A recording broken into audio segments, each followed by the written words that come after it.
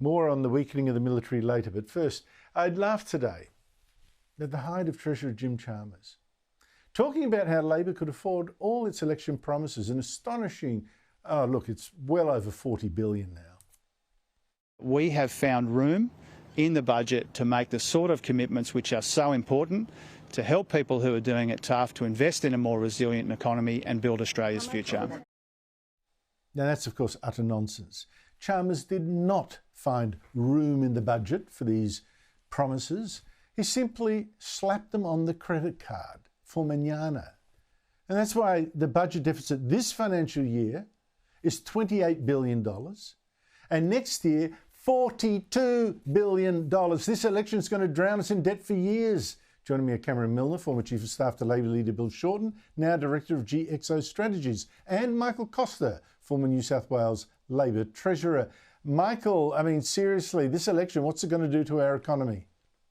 Oh, it's already done it, Andrew. I mean, the fact of the matter is that whilst Chalmers doesn't have any credibility on the budget, nor should he have, we've got the highest level of spending in 3 decades. What is it, 26% plus of GDP, an interest bill of $28 billion. And so he's got no credibility on this. But the problem is that I think you need to look at Peter Dutton. He's let him off the hook on all this. This is, I've been calling this the Demtel election. You know, there's more. You know, that telemarketer, you always used to say at the end, there's more. Every time the government announces something, Peter Dutton comes up with something else. So how are you going to credibly have a critique of the government's spending when you're engaged in the same level of spending? So my view is there's a pox on both houses at the moment in terms of spending. They've both been irresponsible.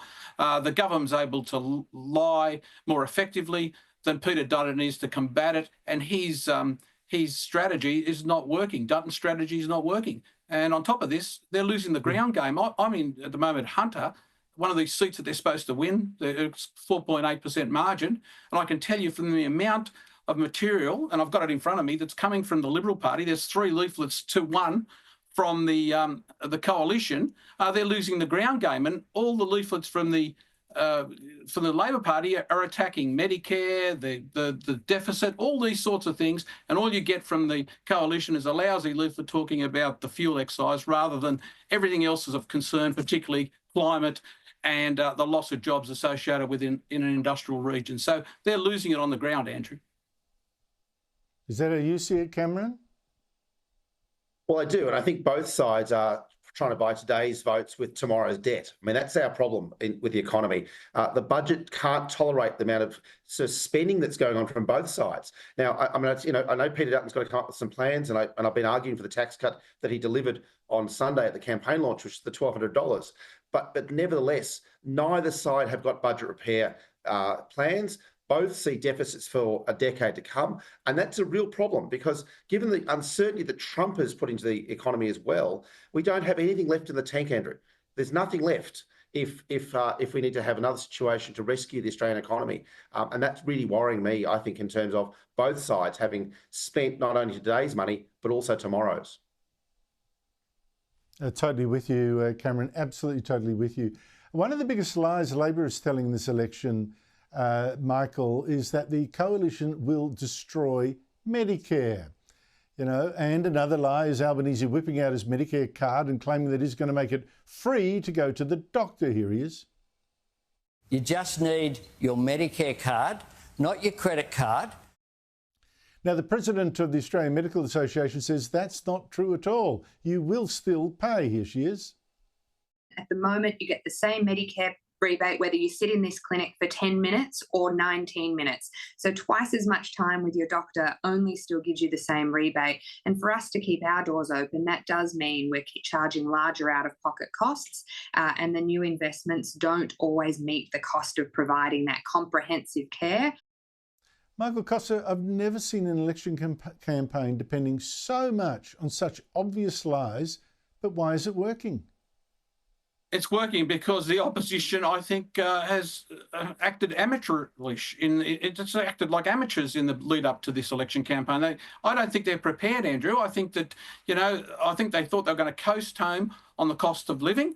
Labor's been, and Cameron knows this better because he's been in the engine room doing this, is able to run these scare campaigns much more effectively than the coalition. And I haven't seen any response from the coalition. Now, everybody knows that Medicare, to find a bulk billing doctor is like finding one of those 1930 pennies that's worth all that money. You'll never find one, especially in regional New South Wales.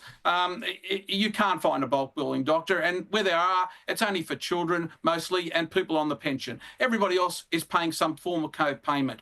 But, you know, where is the opposition's ads? Where's their campaign on this? I don't see it. They're not running a good campaign.